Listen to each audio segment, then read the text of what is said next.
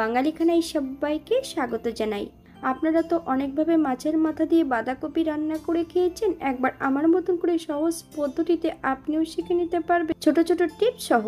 আজকে কিন্তু শুধু মাছের মাথা দিয়ে বাঁধাকপি রান্না করব না, এখানে আমি চুই ঝাল ব্যবহার করব। তবে আমি আজকে এখানে কিভাবে চুই ঝাল দিয়ে মাছের মাথা দিয়ে রান্না করলাম বাঁধাকপির তরকারি, চলুন সেটা একবার দেখে নেওয়া যাক ভিডিওর মাধ্যমে। আশা করছি আজকের ভিডিওটি ভালো লাগবে। সকল বন্ধুদের কাছে অনুরোধ করছি সম্পূর্ণ ভিডিওটি দেখার।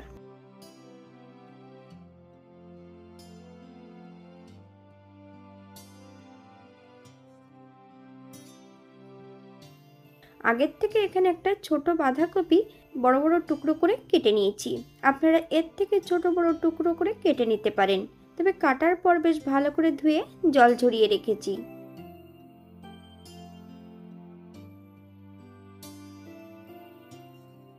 একটা কড়াইতে বেশ কিছুটা জল অ্যাড করেছি, এক টুকরো দারচিনি আর একটা তেজপাতা।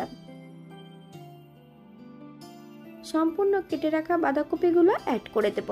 5 থেকে 7 মিনিটের জন্য ঢাকা দিয়ে রেখে দেব।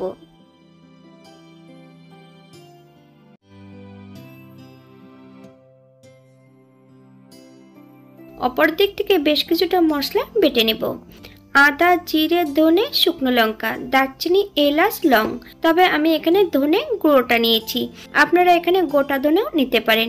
বেশ মিহি করে বেটে নেব।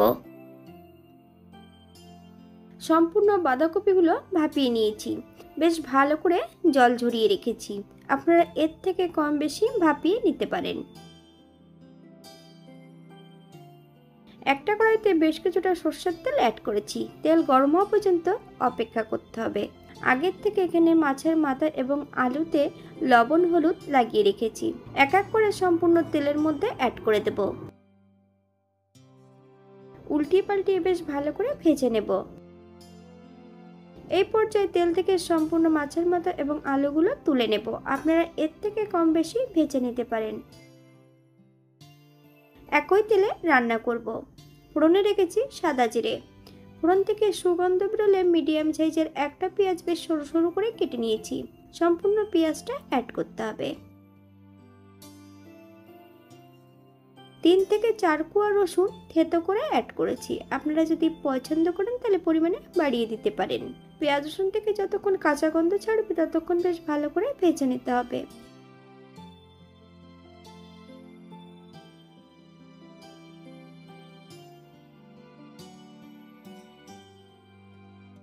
হাফ চামচ লবণ, আপনার স্বাদ অনুসারে লবণটা অ্যাড করবেন।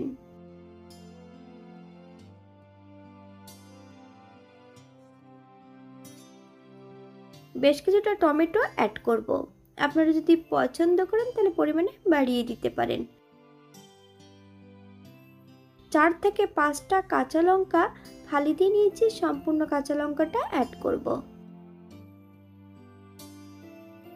সম্পূর্ণ বাটা মশলাটা অ্যাড করে দিতে হবে। মশলাটা 3 থেকে 4 মিনিটের মতন মিডিয়াম আঁচে বেশ ভালো করে ভেজে নেব।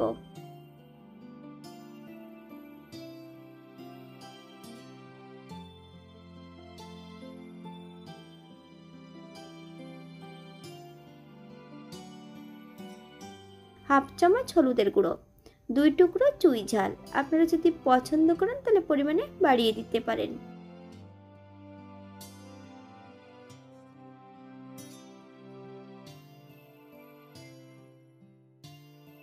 1 চামচ কাশ্মীরি লঙ্কার গুঁড়ো।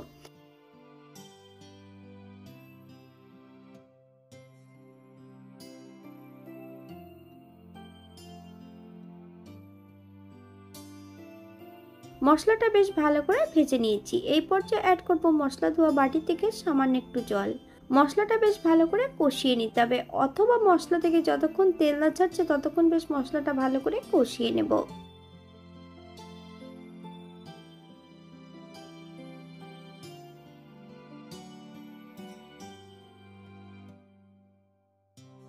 এই পর্যায়ে অ্যাড করব ভেজে রাখা মাছের মাথা এবং আলু মশলা মাছের মাথা দিয়ে বেশ ভালো করে কষিয়ে নিতে হবে।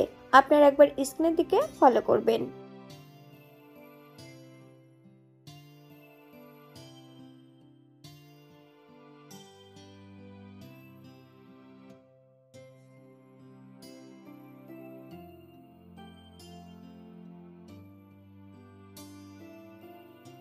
সম্পূর্ণ ভাপিয়ে রাখা বাঁধাকপিগুলো অ্যাড করে দেব।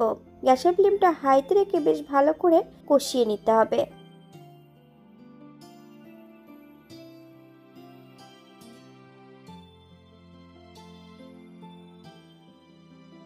হাফ চামচ লবণ, হাফ চামচ হলুদের গুঁড়ো, আপনার স্বাদ অনুসারে লবণটা অ্যাড করবেন।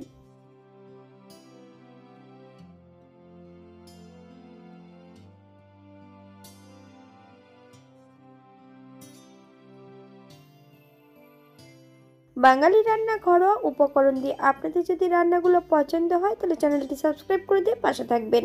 পাশে থাকা বেলটি বাজিয়ে দেবেন, নইলে নিত্য নতুন রান্নার নোটিফিকেশন পাবেন না। আমার এই চ্যানেলে আমিষ, নিরামিষ এবং বিভিন্ন ধরনের বাঁধাকপির রেসিপি দেওয়া আছে। আপনাদের যদি পছন্দ হয় তাহলে চ্যানেলটি ঘুরে একবার দেখে নেবেন।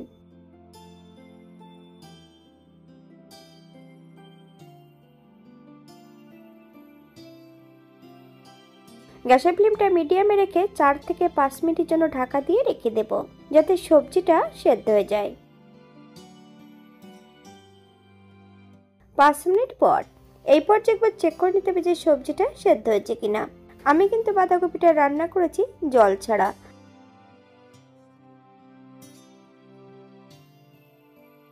এক চামচ চিনি, আপনারা যদি পছন্দ করেন তাহলে পরিমাণে বাড়িয়ে দেবেন।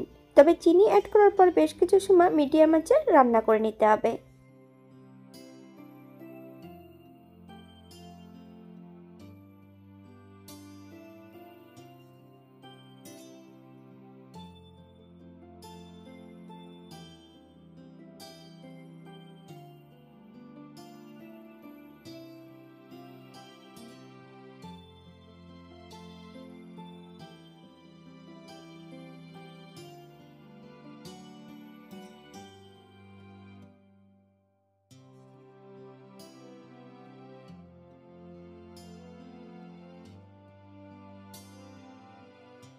দু চামচ ঘি, আপনারা যদি পছন্দ করেন তাহলে পরিমাণে বাড়িয়ে দিতে পারেন। গ্যাসের ফ্লেমটা অফ করে দিয়ে 5 মিনিটের জন্য স্ট্যান্ডিং টাইম দেব, তারপর সার্ভ করব।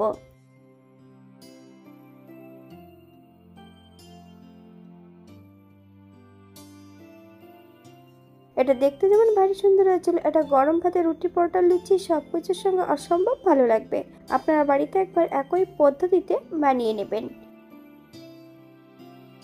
এখানে যে আমি উপকরণগুলো অ্যাড করেছি আপনারা এর থেকে কম বেশি করে নিতে পারেন।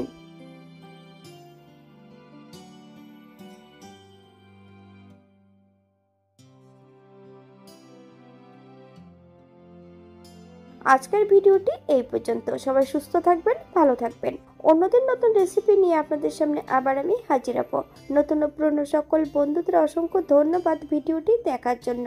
হাতে যদি সময় থাকে তাহলে একটা লাইক, কমেন্ট, শেয়ার করবেন।